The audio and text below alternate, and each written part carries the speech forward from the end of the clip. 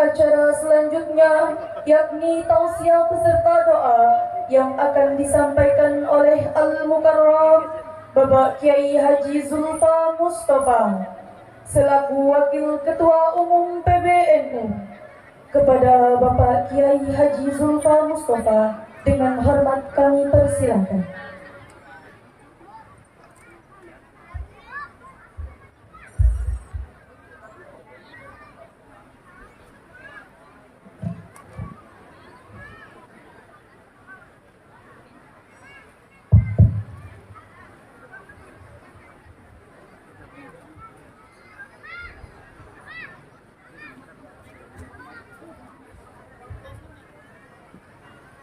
Assalamualaikum warahmatullahi wabarakatuh.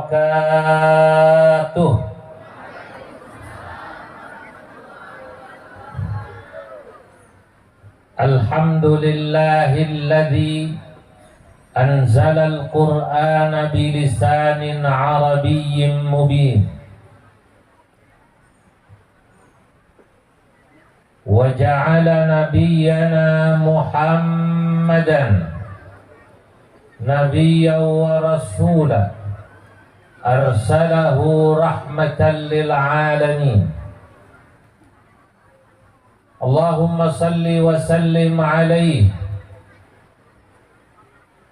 wa ala alihi wa ashabihi al-ghurril mayamin wa man tabi'ahum bi ihsan wa man sara ala nahjihim min ayyamin madiyah ila yaumiddin, amma ba'du. Hadratal muhtaramin, para alim ulama, para kiai, para tokoh dan pemuka masyarakat, para pejabat yang hadir baik dari unsur sipil maupun TNI Polri, wabil khusus Bapak Bupati yang diwakili Bapak Asisten beserta jajarannya, Bapak Pangdam Tanjung Pura atau Kodim Sintang 1205 Sintang, juga Bapak Kapolres atau yang mewakilinya, dan sama-sama kita hormati Bapak Kepala Kantor Kementerian Agama Kabupaten Melawi beserta jajaran pejabat yang saya tidak bisa menyebut saking banyaknya ini. Ada Kepala PDAM, ada Kepala Bank, serta Ketua Majelis Ulama Indonesia Kabupaten Melawi Al-Habib Zain Al-Idrus, Rais Syuriah dan Ketua Tanfidiyah PCNU Melawi, PCNU Sintang, wabil khusus Menteri Perhubungan yang menghubungi saya, pengasuh Pondok Pesantren Bustanul Quran Al-Mukarram Kiai Haji Insinyur, ini Kiai tapi yang insinyur, insinyur yang Kiai, Kiai Haji Insinyur Joko Supeno Mukti Al-Hafidh beserta Dewan Pembina Bapak Haji Khaidir, semua saja yang hadir tidak terkecuali, para Dewan Guru, para santri Pondok Pesantren Bustanul Quran, para wali santri semua insya Allah termasuk anggota Dewan terpilih yang belum dilantik. Insya Allah semua dicatat dalam deretan ahli surganya Allah. Yang hadir moga-moga rumah tangganya sakinah, anak-anaknya soleh soleha, rizkinya halal barokah. Semua tidak terkecuali saya doakan bisa merasakan nikmatnya haji dan umrah ke Mekah, bisa merasakan nikmatnya tawaf di Ka'bah, sa'i di Safa Marwah, ziarah ke makam Nabi di Madinah, jalan-jalan ke Jeddah lihat Laut Merah, pulang haji moga-moga bisa bangun rumah, bisa beli mobil mewah, tapi tanpa perlu menjual sawah. Yang hadir semoga insya Allah tetap istiqomah dalam ta'lim, ibadah, sholat dan juga hadir majelis-majelis taklim berjamaah. Terakhir semua semoga mati dalam husnul amin ya rabbal. Alhamdulillah pagi menjelang siang ini saya dapat hadir di ujung kabupaten yang berada di provinsi Kalimantan Barat. Baru dengar saya ada kabupaten namanya Melawi. Ya. Di Google Map ada apa tidak ini? Ya Allah, ini nasib saya, Pak. Saya dihubungi Kiai Joko ini sudah hampir sebulan. Tiba-tiba 10 hari lalu saya dapat tugas ke Rusia, ke Kazan, untuk sebuah konferensi lewat Moskow. Sudah saya apply visa, sudah jadi, tiketnya sudah dikasih bisnis pakai Emirates. Saya mikir, Bu, ya Allah, kalau ke sana saya perjalanannya berangkat sampai tempat transit 2 kali, 24 jam, Pak. Saya pikir lebih dekat ke Melawi, ternyata lebih jauh sini, Pak. Untuk menghadiri acara ini saya membutuhkan waktu 4 hari, sama ke Rusia, ke Kazan, ke Tatarstan. Semula saya ke Rusia berangkat hari ini tanggal 14, pulang tanggal 18. Saya di sini rupanya 4 hari juga. Tapi yang membuat saya bahagia datang ke sini, saya melihat Masya Allah, pertama, perkembangan Islam di Melawi luar biasa. Dengan keberadaan pondok-pondok pesantrennya, dan juga perkembangan organisasi Nahdlatul Ulama yang saya di sini kebetulan diamanahi menjadi wakil ketua umum, juga luar biasa.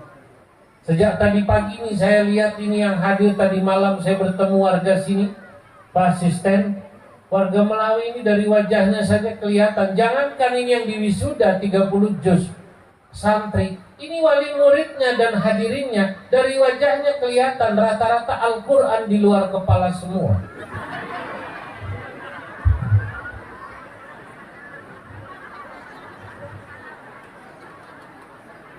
Di luar kepala semua, ya.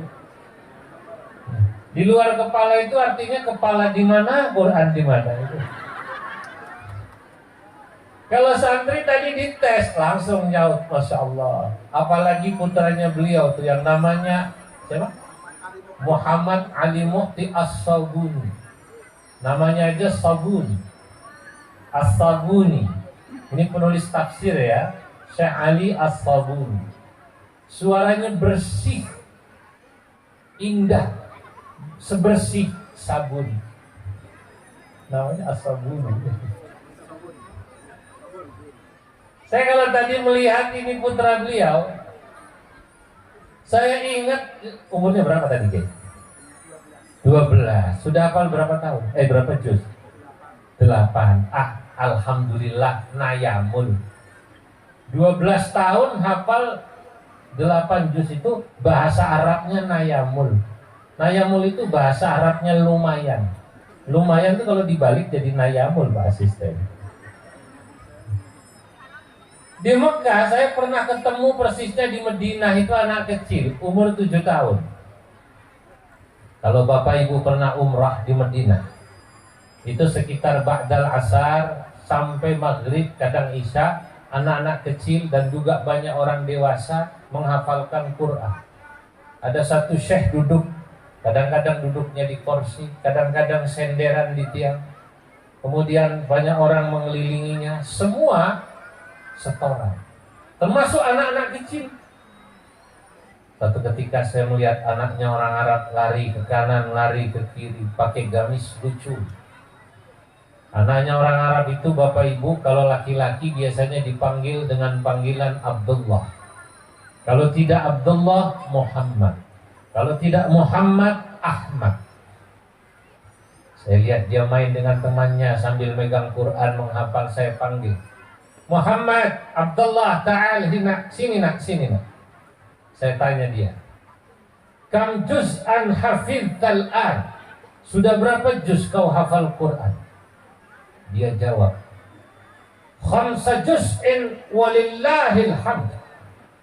Sudah 5 juz Pak, alhamdulillah. Saya bilang, tayyib ahsantum. Umurnya 7 tahun Pak. Ahsantum, bagus-bagus, keren. Dia balik bertanya pada saya, Pak Asisten, Indonesia kah? Bapak orang Indonesia ya? Saya bilang, aywa, Indonesia anak. Ya, saya orang Indonesia.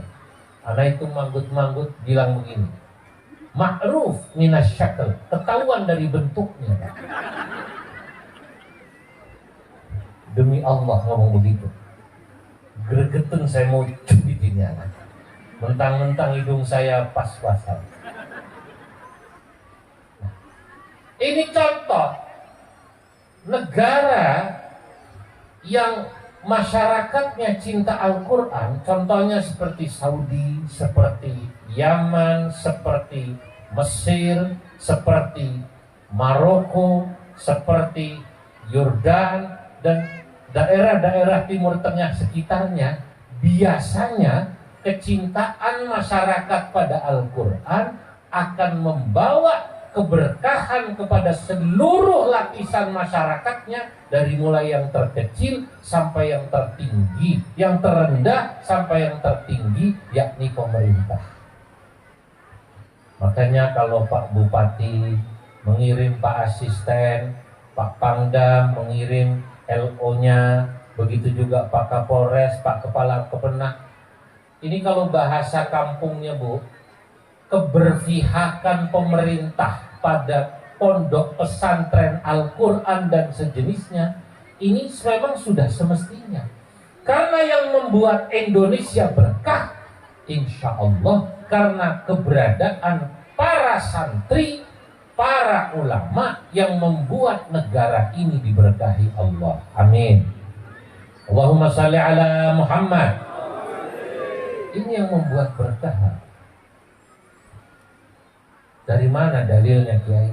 Coba Anda buka surah Al-A'raf itu. Walau anna ahlal qura amanu wattaqau la fatahna alaihim barakatim minas samai wal ardh. Jikalau penduduk satu negeri, satu kabupaten, satu provinsi, mereka mau beriman, bertakwa kepada Allah, niscaya Allah akan turunkan keberkahannya dari langit dan dari bumi.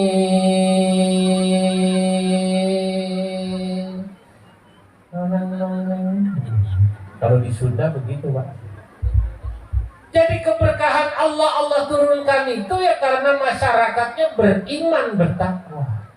Dan salah satu ukuran parameter beriman, bertakwa itu satu, bagaimana masyarakatnya cinta apa tidak pada Al-Quran. Kedua, cinta apa tidak masyarakatnya terhadap masjid. Ketiga, cinta apa tidak masyarakatnya kepada ilmu agama dengan menghadiri acara-acara pengajian. Nah ini sudah cukup jadi ukuran. Dari mulai pejabat sampai masyarakatnya diundang ke tempat ini acara wisuda tahfidz Pondok Pesantren Bustanul Quran yang ke-7. Saya tanya tadi Kiai Joko Mufti, Masya Allah ini hadir dari jam 7. Alhamdulillah. Itu kalau jam 7 udah sarapan apa belum, Bu? Belum, ya bagaimana? Oh, disiapin nasi kotak, Bu. Sudah habis? Ya Allah, ini berkah. Dan yang membuat saya senang lagi nih, pondok pesantren umurnya baru 7 tahun. Tapi perkembangannya pesat, luar biasa tadi di sana. bangunannya. Ini yang terbaru ini tiang-tiang, entah kapan nanti jadinya. Apa Bapak Ibu tega melihat tiang-tiang yang hanya banyak tiangnya? Kata saya, ini kok tiangnya banyak sekali, kata saya. Apa mau jadi kandang ayam apa tempat santri? Bu, Bapak, ikhlas apa enggak itu nanti tiangnya mau dijadikan tempat kandang sapi, kandang kambing buat ikat sapi di situ? Nah, ini kiai sudah luar biasa loh, 7 tahun beliau. Dari seorang insinyur kehutanan yang hafal Quran, ini jarang Pak. Beliau ini mewarisi ilmu para ulama tempo dulu. Ulama tempo dulu itu ilmunya multidisiplin. Beliau ahli Quran, beliau ahli hadis seperti ulama Imam Ghazali, Imam Syafi'i dan Imam Ar-Razi dan yang lain-lain. Tapi juga beliau-beliau itu mempelajari ilmu kedokteran, ilmu sosial, bahkan ilmu kimia, bahkan ilmu biologi. Nah ini perlu diketahui bahwa santri yang hafal Quran itu anak-anak tidak semua harus jadi kiai dan bunyai ustadzah. Sekarang ini di kampus-kampus ternama, belum lama saya mengisi ya di sebuah kegiatan Kementerian Agama Pak Kemenag. Itu santri-santri berprestasi yang hafal Quran seperti santri Bustanul Quran ini, kalau memang nyampe, katakanlah dia di samping hafal Quran, dan biasanya orang hafal Quran itu cerdas Pak. Biasanya Bu, orang hafal Quran itu cerdas. Kenapa kok sekarang kampus negeri baik di UIN maupun UI maupun UGM maupun Undip maupun yang di Surabaya apa namanya? UNER, yang di Malang namanya apa? Unibra, UM dan lain-lain ya, termasuk ITB mau menerima anak-anak hafal Quran tanpa tes. Alasannya sederhana, Bib. Quran sudah bisa dihafal, pasti anaknya cerdas. Betul atau tidak? Susah Bu ngapalin Quran 30 juz lagi. Menghafalkan juz 30 aja susah, apalagi 30 juz. Menghafalkan juz 30 saja susah, apalagi juz 30 saja susah, apalagi 30 juz. Lah, ulama dulu semua ilmu dipelajari, termasuk beliau ini. Maka saya salut ketika saya dengar ini sarjana kehutanan tapi hafal Quran. Ini menunjukkan santri-santri, lihat Pak Kiai Joko ini, beliau kuliah sekolah SMA tapi menghafal Quran, kuliah di UGM sambil menghafal Quran. Ini patut ditiru Pak. 7 tahun beliau membangun pesantren ini cepat, alhamdulillah dapat support dari orang-orang kaya yang Allah ketuk hatinya seperti Pak Haji Khaidir. Amin. Moga-moga beliau rizkinya lancar. Amin. Panjang umurnya. Kalau boleh jangan mati dulu sampai kiamat. Karena itu belum selesai, Pak Haji masih diam. Ya. Nanti saja kalau kiamat kurang seminggu boleh mati.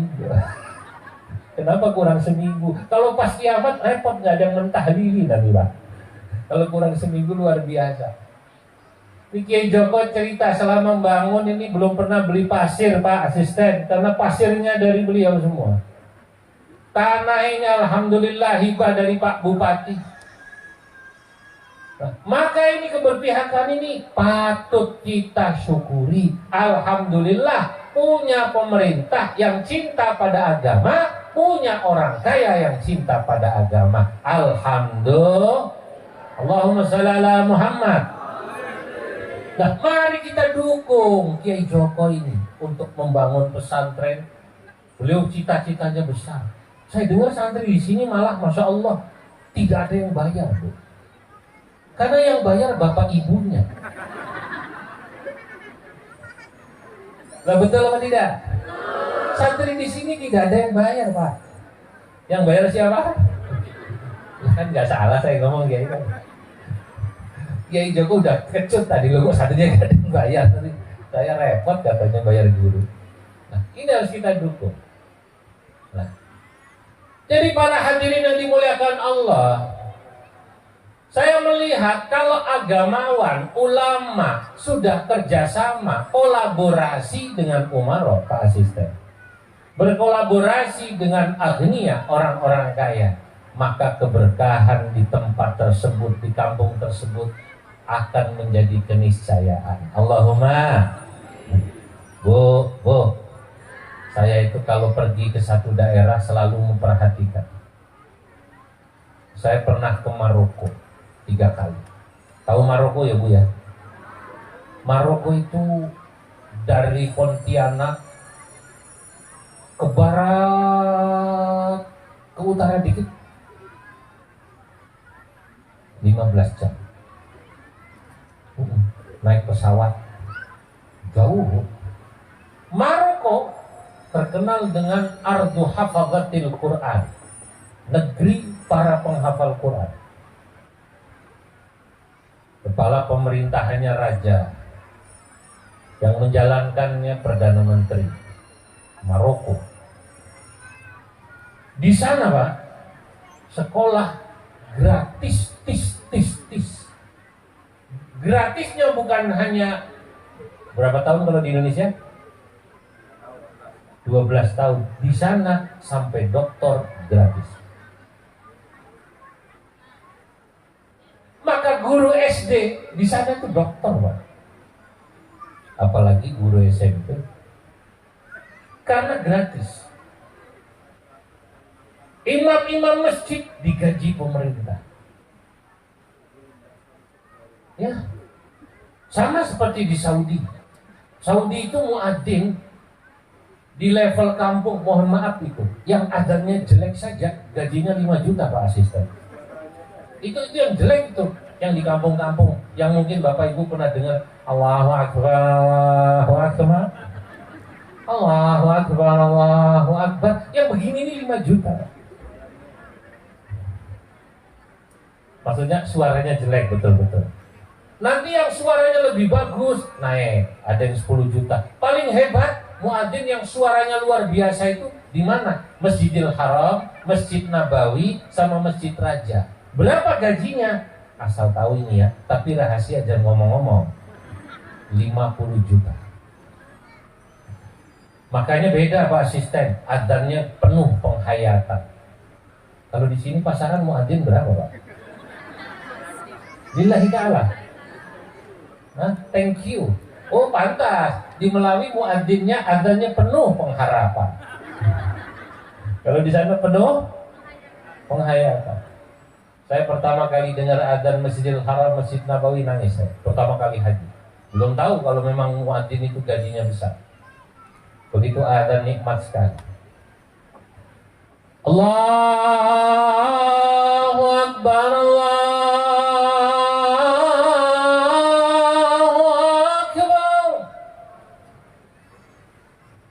Allahu Akbar, Allahu Akbar. Yang begini kalau di sana 50 juta. Mirip-mirip ya. Kata saya kok hebat sekali nih Saudi ini, kok bisa menggaji muadzin sebegini besar. Gaji asisten saja nggak segitu. Apalagi gaji kepala kemenak Pak. Berarti Pak kepala kemenak ini salah lahir Bapak ini.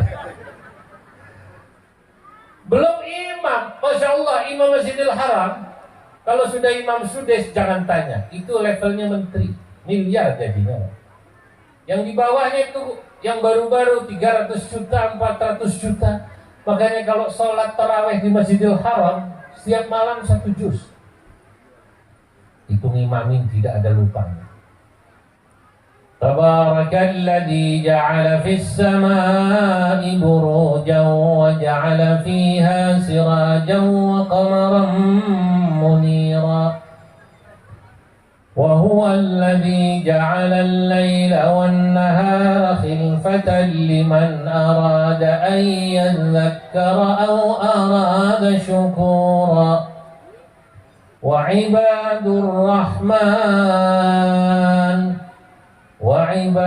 rahman alladhina yamshuna 'alal ardi hauna wa idza khatabahumul jahiluna qalu salama walladzina yabituna li rabbihim sujjadan wa qiyama.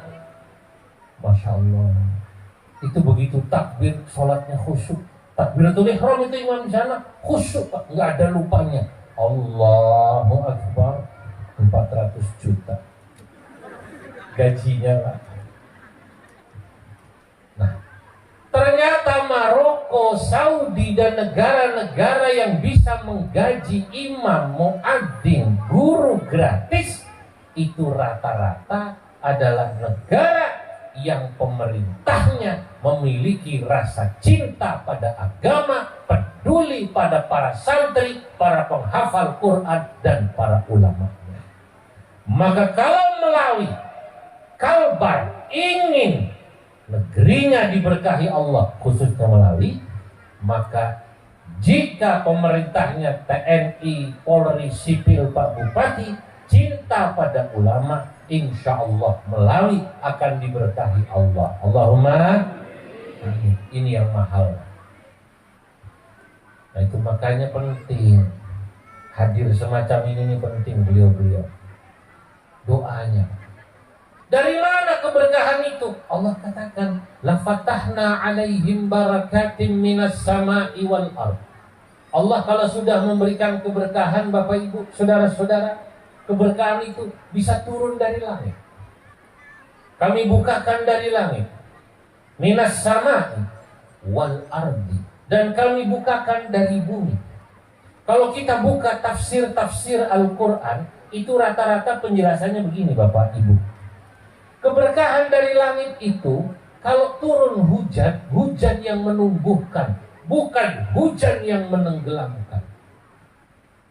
Hujannya bikin berkah, sawitnya bagus, sawahnya bagus, karetnya bagus, subur, alhamdulillah.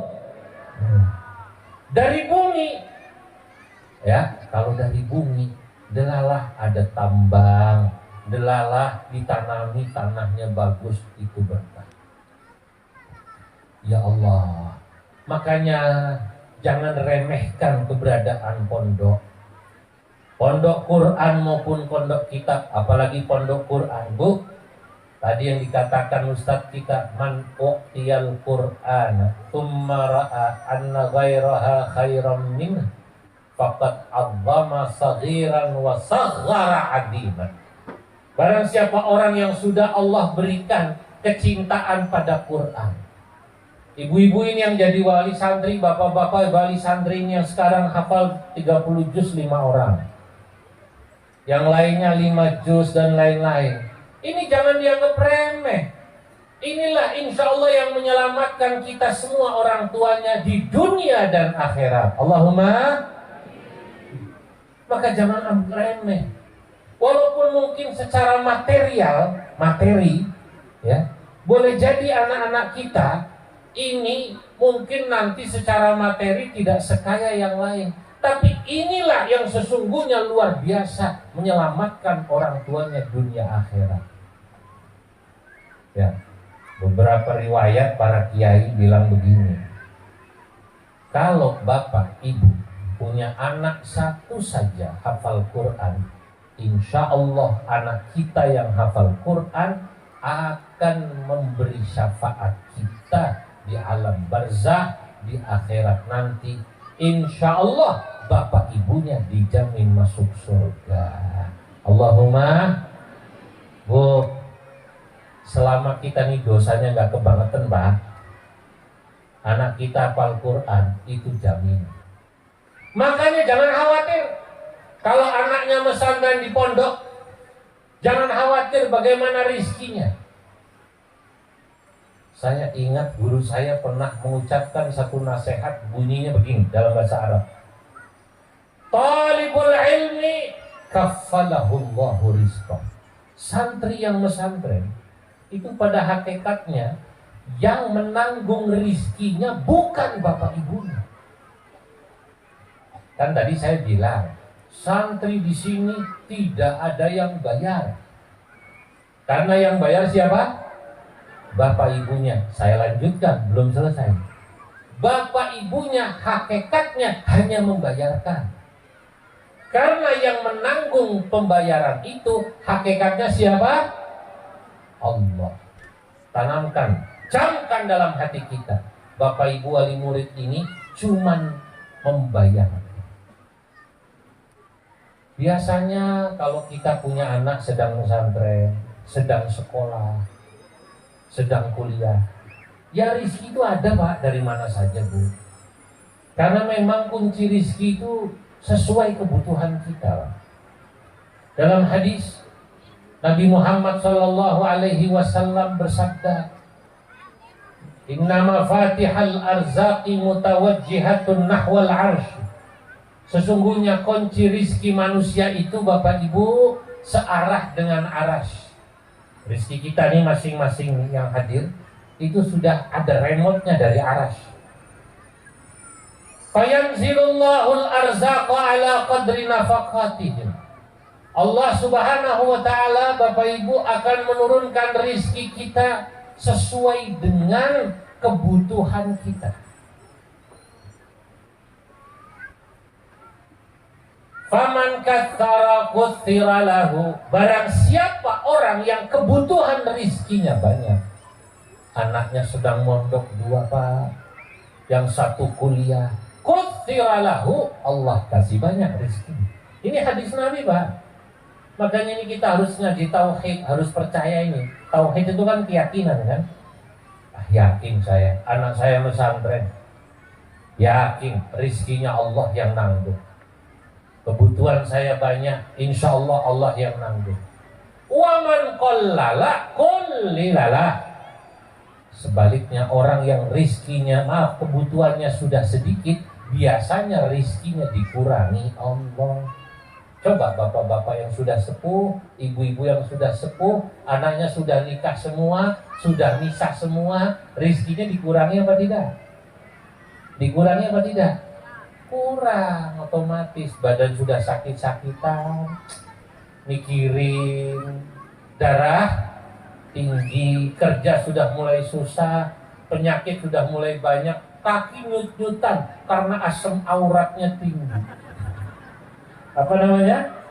Asam auratnya tinggi. Ya Allah, berat. Itu alami itu. Ya, asam uratnya tinggi. Nah, inilah. Nah, Bapak Ibu yang dimuliakan Allah, ini yang pertama.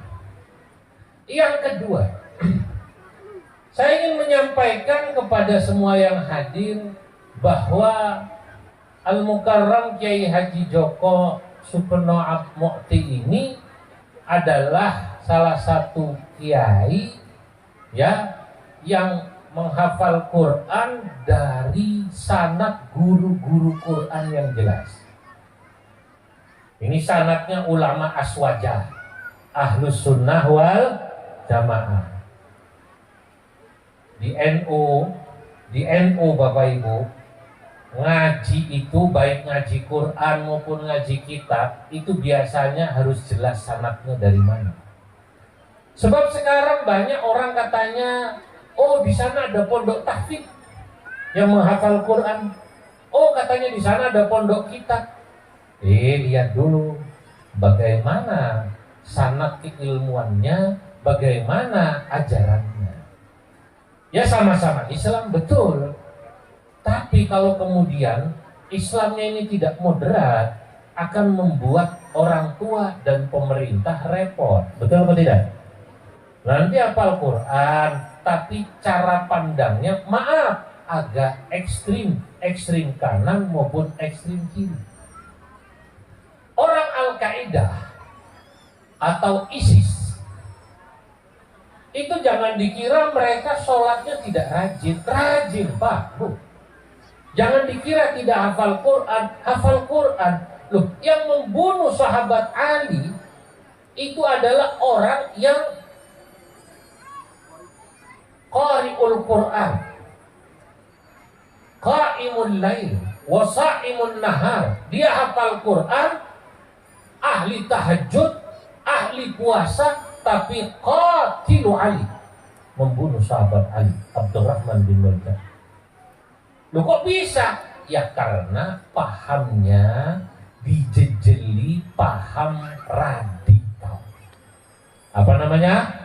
Radikal. Salah satu cirinya paham radikal itu, kalau nggak cocok sedikit, beda pendapat sedikit, orang dianggapnya musuh. Apalagi bangsa berbau pemerintah. Kalau paham radikal itu langsung menganggapnya TNI, Polri, ASN itu tauhid, halal darahnya.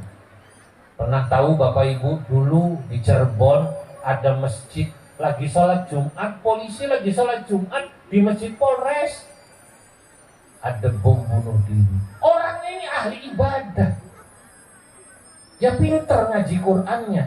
Loh kok kenapa Pak bisa melakukan bom bunuh diri di kantor Polres, malah di masjidnya lagi sholat Jumat? Sekarang saya mau tanya sama Bapak Ibu, kira-kira melihat orang semacam ini muskil apa tidak? Muskil apa tidak? Aneh.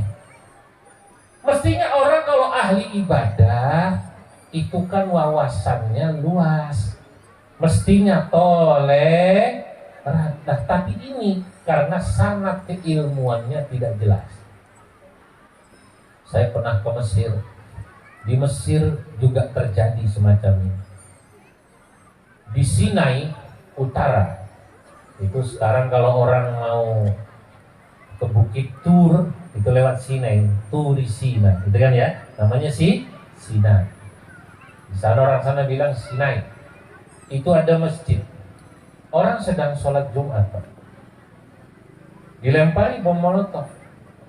Yang melempari Islam sambil takbir Allahu Akbar, Allahu Akbar. Yang di dalam masjid kaget keluar.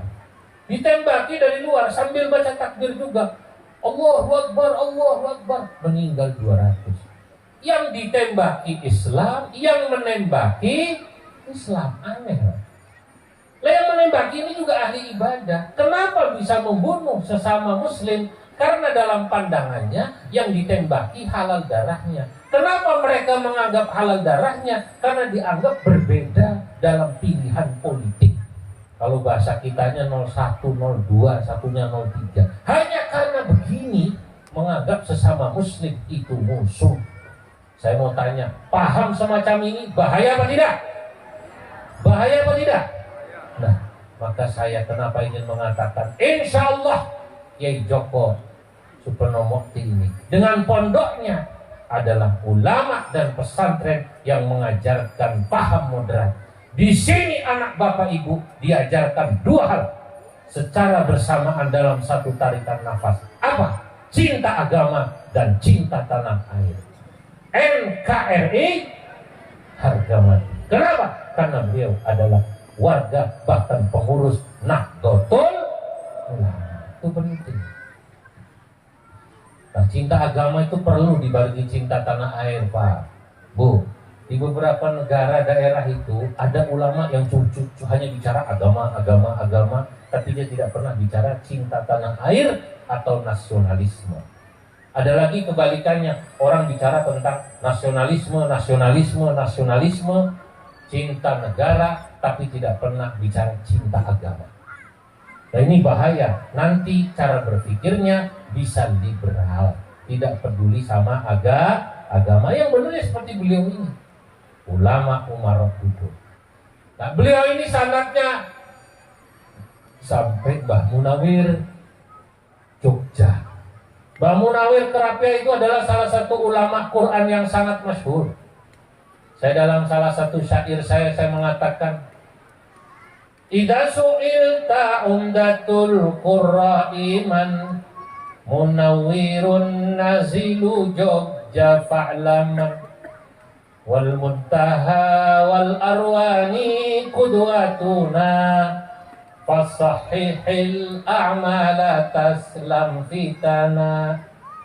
Idza su'ilta umdatul qurra iman. Kalau Anda bertanya, siapa pegangan sanad Quran yang harus kita ikuti? Munawwirun.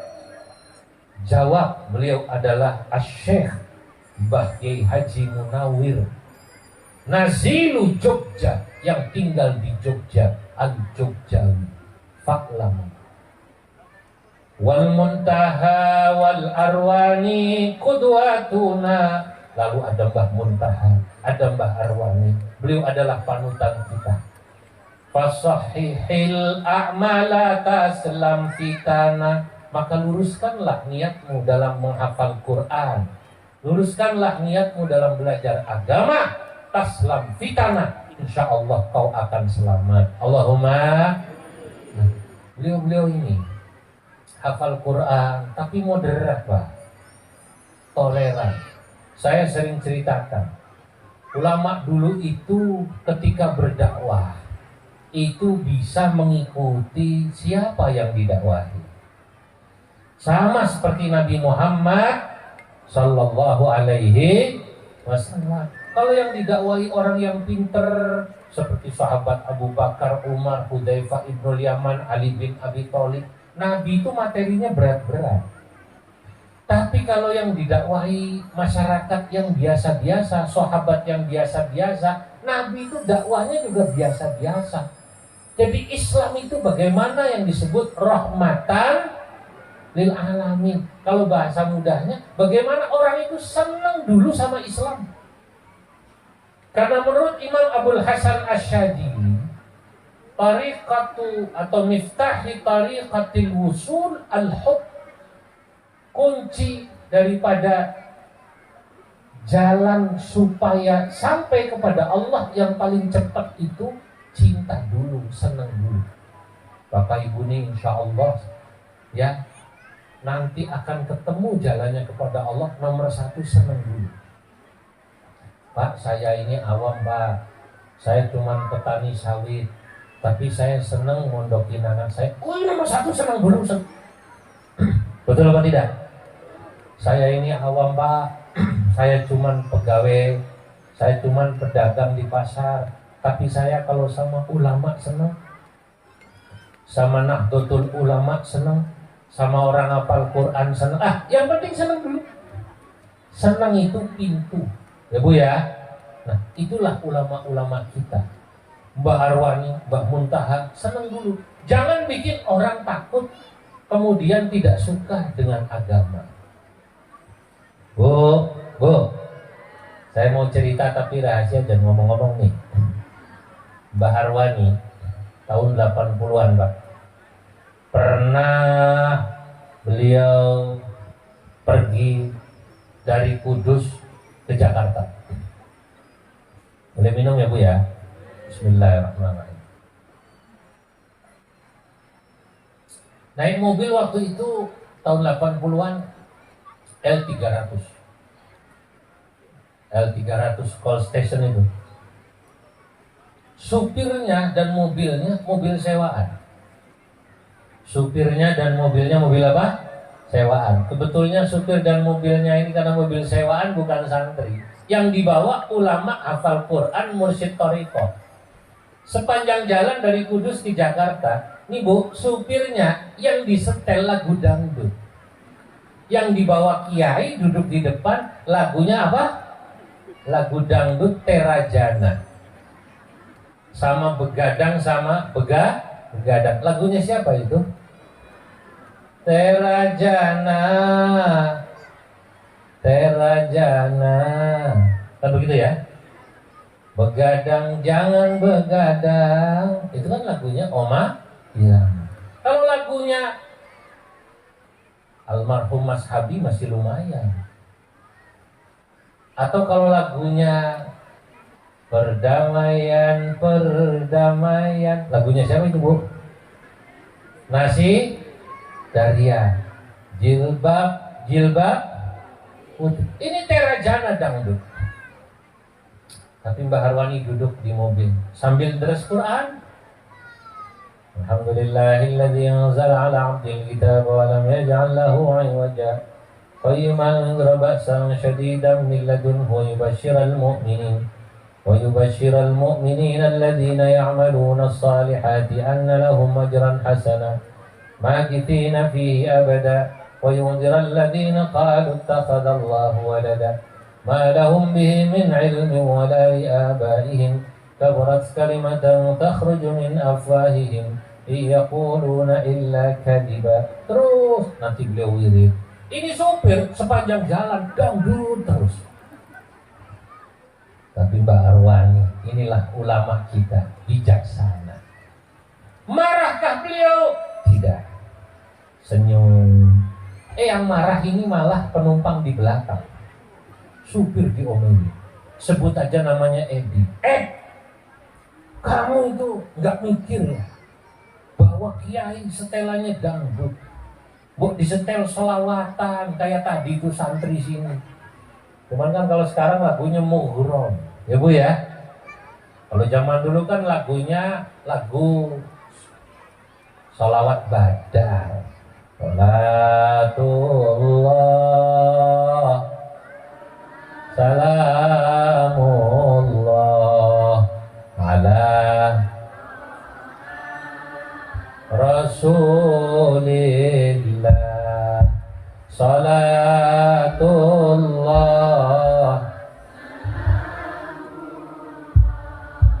ala Yasin